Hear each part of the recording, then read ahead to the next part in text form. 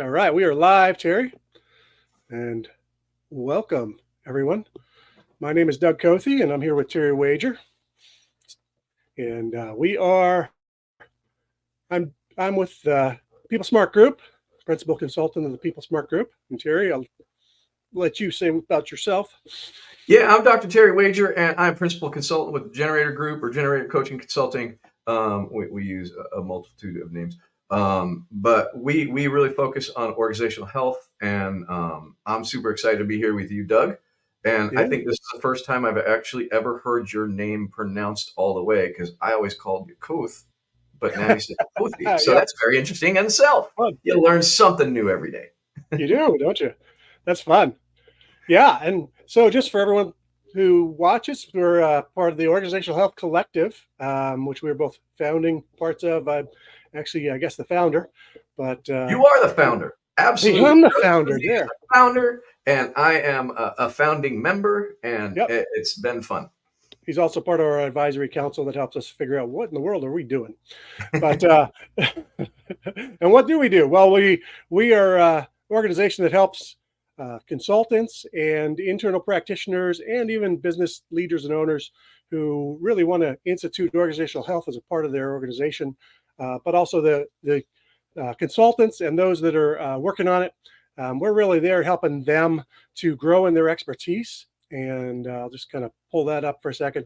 Uh, Help them grow in their expertise, help them to be encouraged in the work that they're doing, help them to get opportunities to partner with others. And so that's what we do as the Organizational Health Collective. And so the two of us are a part of that.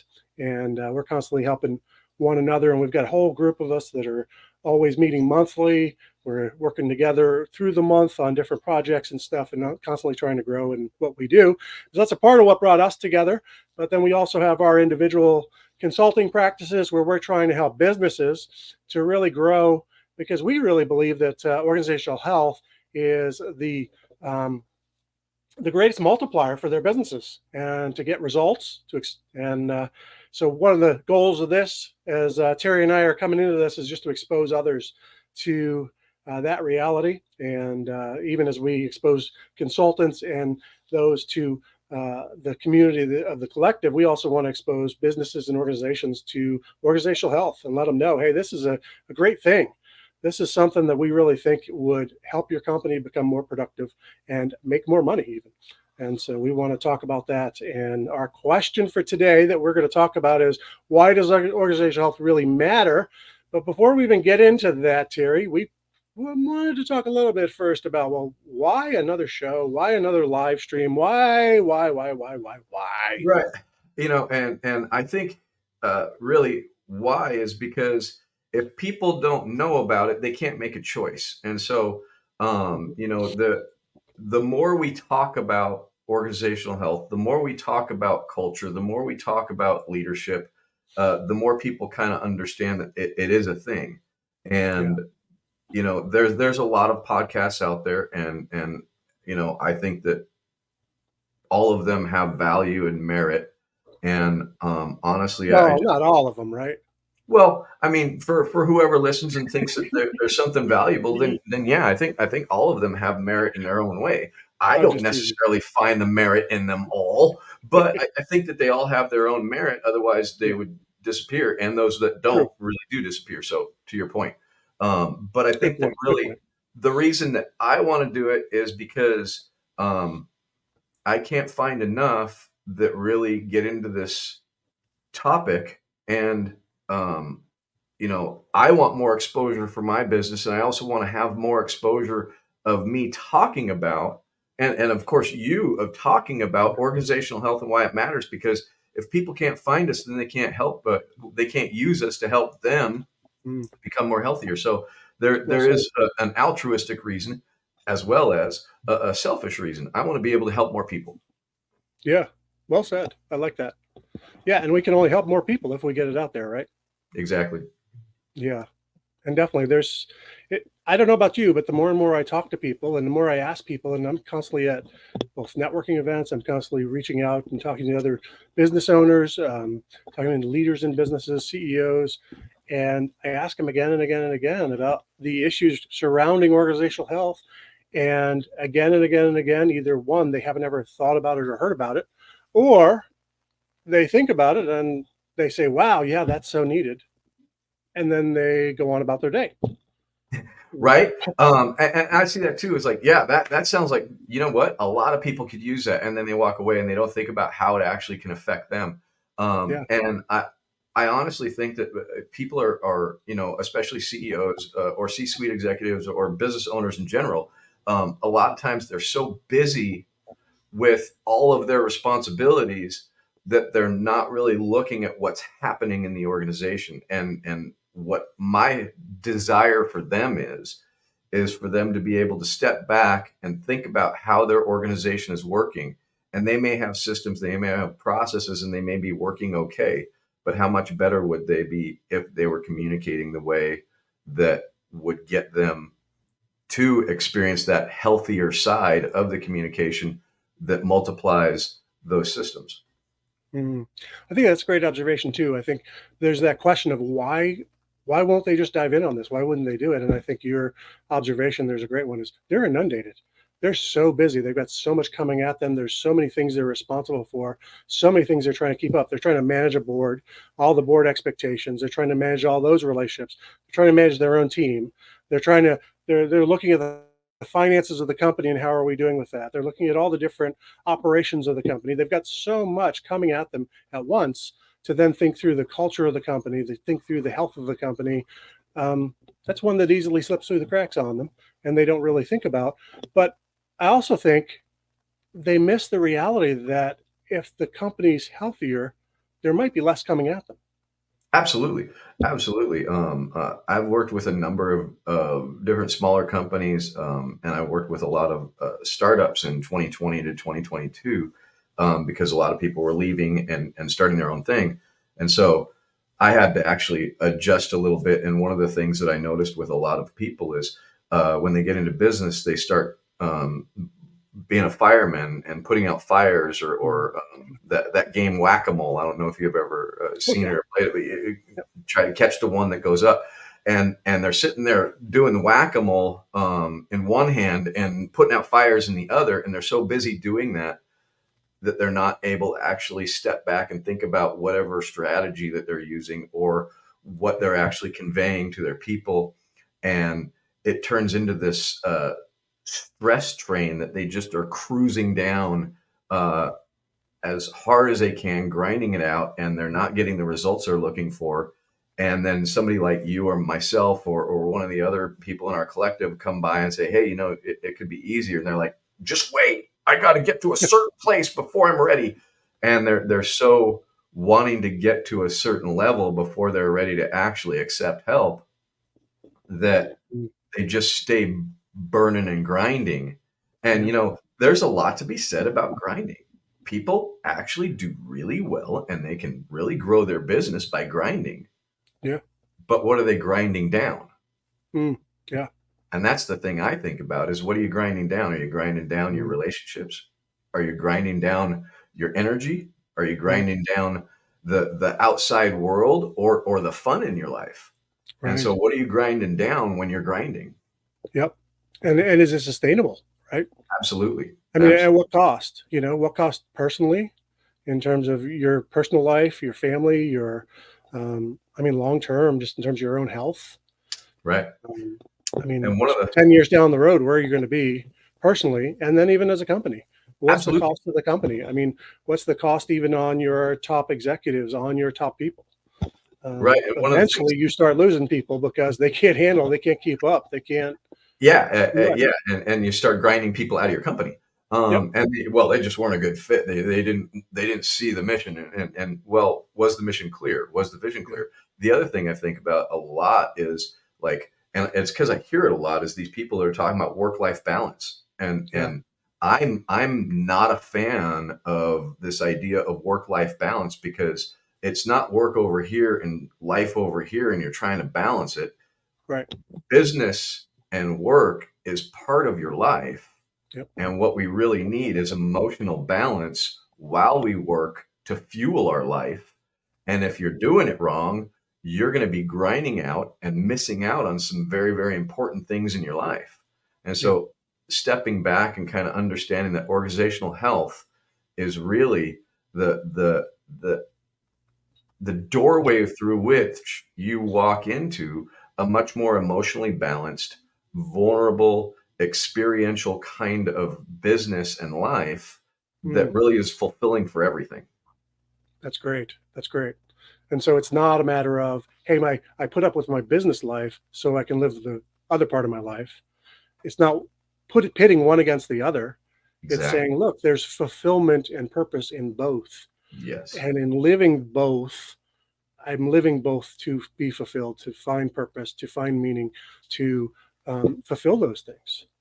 Yeah. And, the people that are working in your company, you're not there to get them to work for you.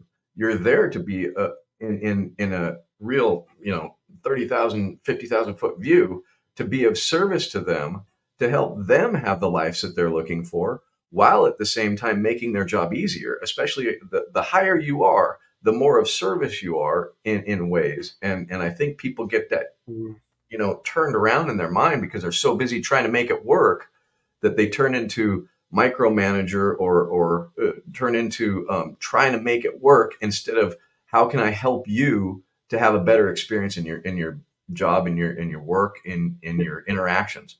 And that's really key. And I yeah. see a lot of businesses start to kind of falter when they're doing that, because they're trying to make it work, and you have, 4, 5, 6 people in the group, at the top, all trying to do it in their own way, and they're not working together because they've all got their own systems that should make some kind of progress, but they're not talking to each other the way they need to. Mm. So And it's I imagine, as I sat and listened to you earlier, as you were describing just the life of where a CEO is, or even any C-suite executive, I mean, they're on survival mode.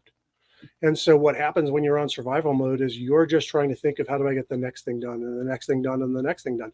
And so there's not a whole lot of thought of creativity or thought of collaboration or thought of you're just trying to get stuff done to get through the day, to get through the stuff.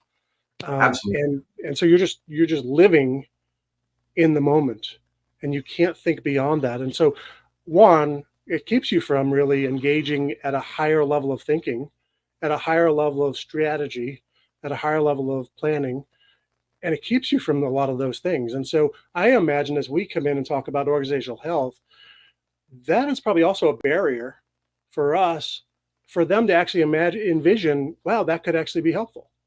And Right. so How do how I do we actually slow down explain to to them, actually do this?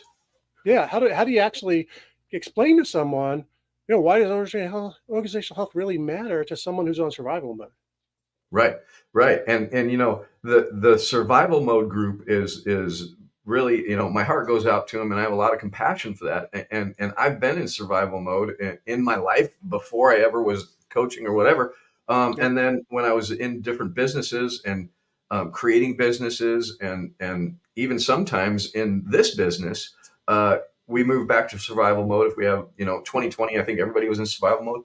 And Yeah. so I get it, but Yeah. there's so much more. Yeah. And then I think about the people who aren't in survival mode, and they're either in a growth mode and still having some of the same behaviors. Like, okay, we're doing awesome. We don't need help, but we want to grow. And they Yeah. get 10% growth, but they don't get 25 or 30. Well, why Yeah. not? Yeah.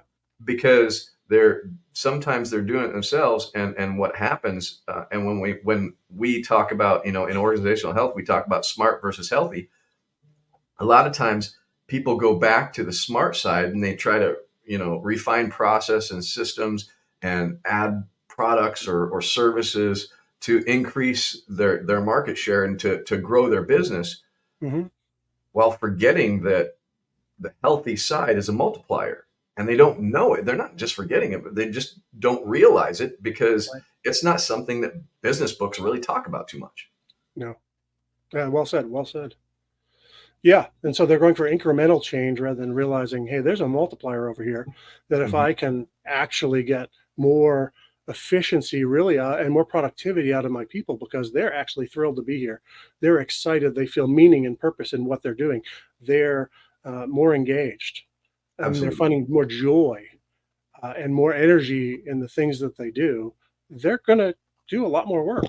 So we're going to bring costs down because we're going to be much more efficient. We're going to bring productivity. When productivity rises, we're naturally going to be more effective, and we're going to produce more, and so therefore we're going to bring revenue up. And naturally, I mean, we're just going to be that much more.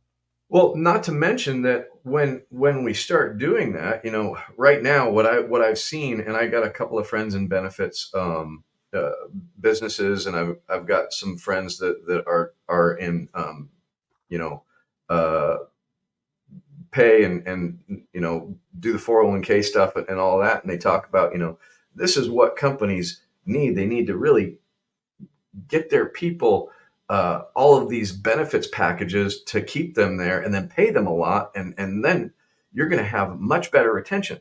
And the reality is people don't leave because of that. People leave because they're either forgotten, they're not trained well, they're not paid attention to, they're not valued.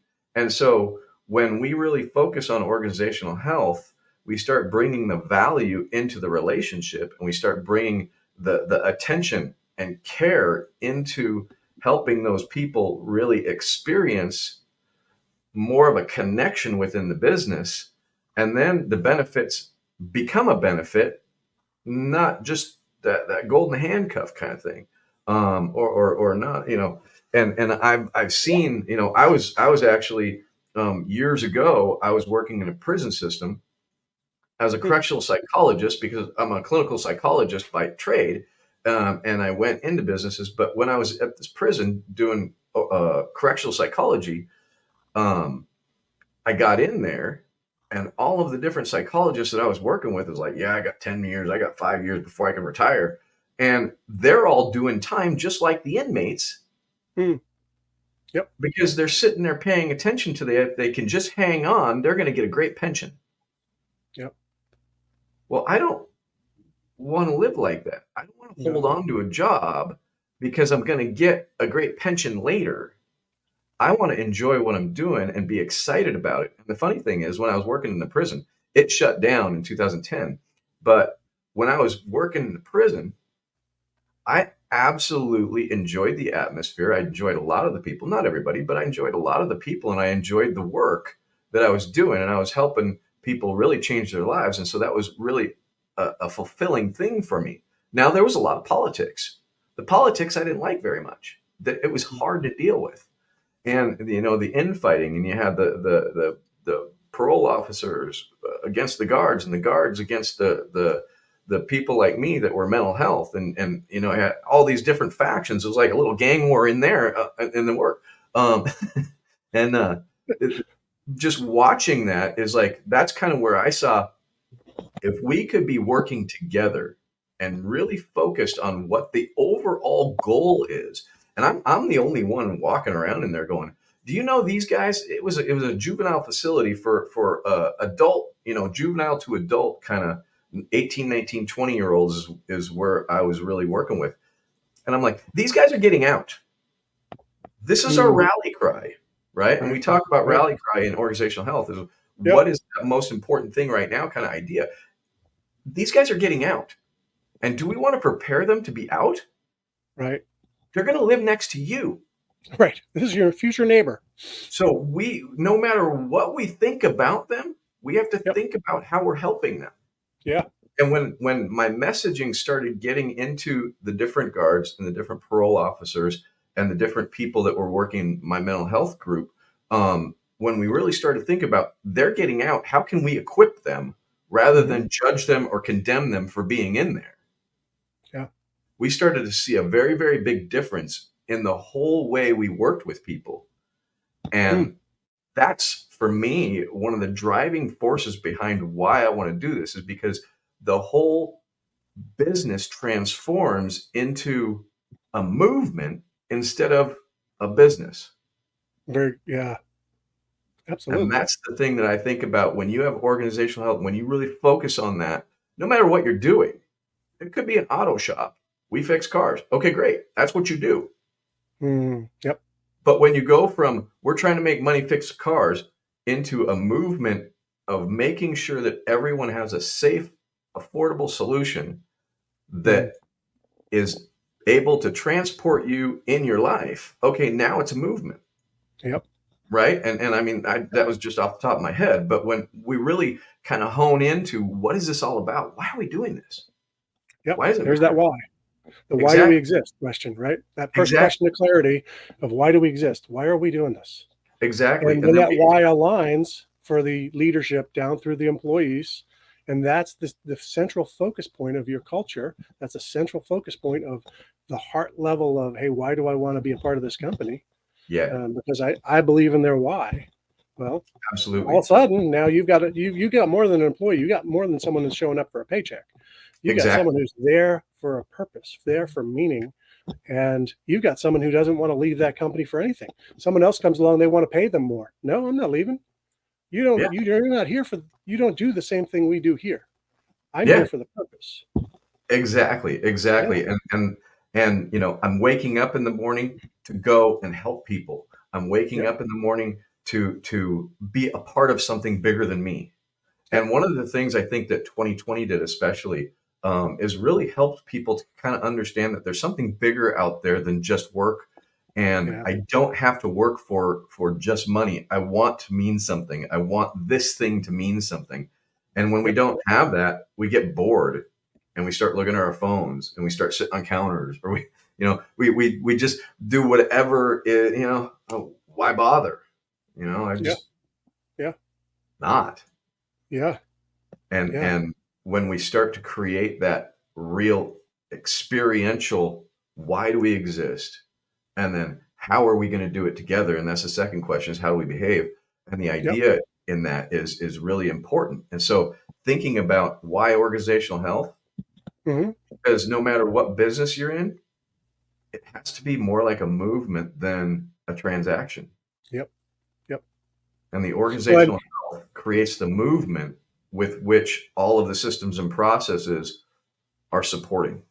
yep, and even as we sit here and say that, I can hear the cynical statement of, well, we have that. We have our mission statement. We have our vision statement. We have our why. Right. And yet the response to that is, yeah, but do you live it? Yeah, Absolutely. but do you, again, we were constantly saying to folks, it's the discipline, right? It's an ongoing discipline. It's not the next shiny thing.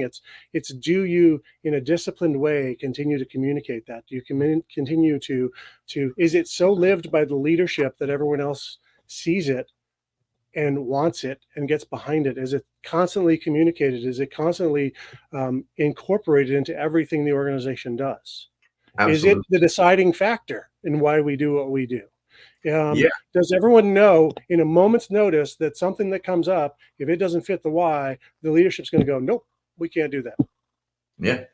And it's also the way we hire. It's the way Hmm. we Yeah, um, keep and retain people. And so it really is that essential piece that a yep, lot of businesses they do it as um, in a tenacious way. yep, We need a vision. Okay, we got it. Oh, we need a mission. We got it. We need our values. Okay, let's get these words. I really love those words. Those are our values. right. They're on the wall, and Yep, everybody walks around and goes, "Yeah, those are cool words. We all love those words." Meanwhile, they're not doing their job, or they're leaving early, no, or they're yep, you know what? I, I want to work. I'm here. And, I believe all of those words. I believe in integrity, but I'm going to be on the phone talking to people and I'm going to, you know, um, take an extra half hour at lunch or whatever it yeah, is yep, because I don't know how to live those. yep. And I didn't Which is that realize. beauty of that second question, like you brought up. How do Yeah. we behave? Not what are our values? Like, oh yeah, I can value that out there. No, no, what do I value in here? Like, what do I live? What affects how I behave and how I live and how I walk out my life? And I love that because it's got to be a lived value. It's got to be Mhm. true of me, and it starts with the leadership. It's got to be true of them, right? As a team, Yeah. every one of them have to live it. And I love. I'm here in Houston, right? And so, I love the story. Enron, a famous world, international company, and what was one of their core values? Integrity. It was on the wall, right? Does anyone believe that? No, but it was supposedly one of their values, but it wasn't lived. That's a great example. Yeah. Um, yeah, and I think that unfortunately, um, people get so busy with life that they forget that even if a business's main job is to make money, all of the relationships in it are what really make it work. And over and over, I've been in the marketing world, and I've been in the startup world, and I've been in, okay, how do we actually put a business together and make it efficient, effective, and grow? And most everybody goes, okay, what we need is a product or a service, and then we need a way to sell it, and we need a way to market it. And then if we just put those processes in place Yep. and we can market it well enough and make enough Yep. sales, we're going to have a great business. And we need the funding below, and we need Right. boom, we're good. And so the problem with that is, even if we do all of that, if people don't really care about it, Yep. you're going to struggle. And then, oh, well, what we just do is we just hire a lot of people, and then we keep the best, or we turn and burn kind of thing with the hiring. Or the other thing that I hear a lot, and I talked about in another podcast I was on, is this idea that, oh my God, uh, good people are hard to find. Well, yeah, good people are hard to find if you have your own definition of good, instead of understanding that everybody is good when we cultivate the relationships. Mm. And good is also very subjective. Also, good is really bad when you're not really paying attention to what you're looking for. Yeah. Because what you end up getting instead of good people is available people. Yep. And Yep. great, they're available. Why are they available? They're available because they weren't doing anything, because they don't really care, and it's, I'm available, and you said you'd pay me a lot of money and give me some benefits, so hey, perfect. Or are they really wanting to be a part of what you're doing? And I don't think enough businesses really think about that until they get either into trouble, Yep. or they've grown so fast they need to go, wait a minute, we need to make this sustainable. Yeah. And so when they get to that, oh, we gotta get sustainable, they start to step back and look at it. And sometimes it's too late. And now they're, off the tracks all over the place, derailing all of the time. But they're still doing good because they do have a good product, or they do have a good service, and they're really good at it. But they're all over the place in chaos, And it's funny because one of our mentors, Pat, talks about in meetings, it's not the meeting's fault that it's boring or chaotic. I believe it's not the business's fault that it's boring or chaotic, right? It's on a whole, and it's not the team's fault that they're not getting the results they're looking for. It's the leader Yep. that's not really moving the team to where they need to be.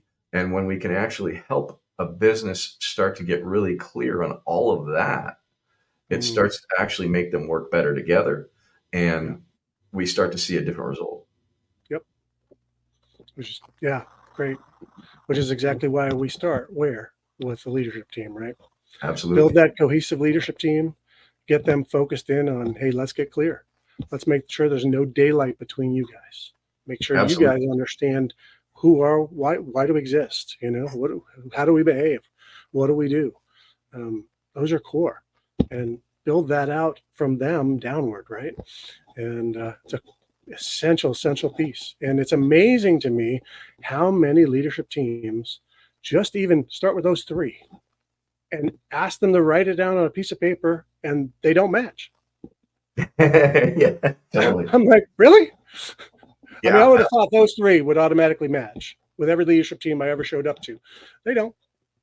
Yeah, absolutely. It's amazing how that happens. And also, I think that they really get confused about what they do and why they do it. A lot of people are thinking, well, why I'm doing it is what I'm doing. And like, no, that's totally different. Yeah. And something sparked my mind a minute ago, and I was thinking about the idea that all of the different businesses out there, all of them are trying to actually grow in some way. And, I'm going to change the topic from business to just overall relationships and marriage relationship kind of thing. And if you think about it, marriage right now, I think in our country is somewhere around 54% divorce rate or something like that. I can't remember exactly. But the interesting thing is those people who really work on their marriages Mm, have better communication and they stay married longer yeah. because they're really working on the relationship, working on themselves to Yeah. be a part of that idea of coming together and sharing themselves with each other.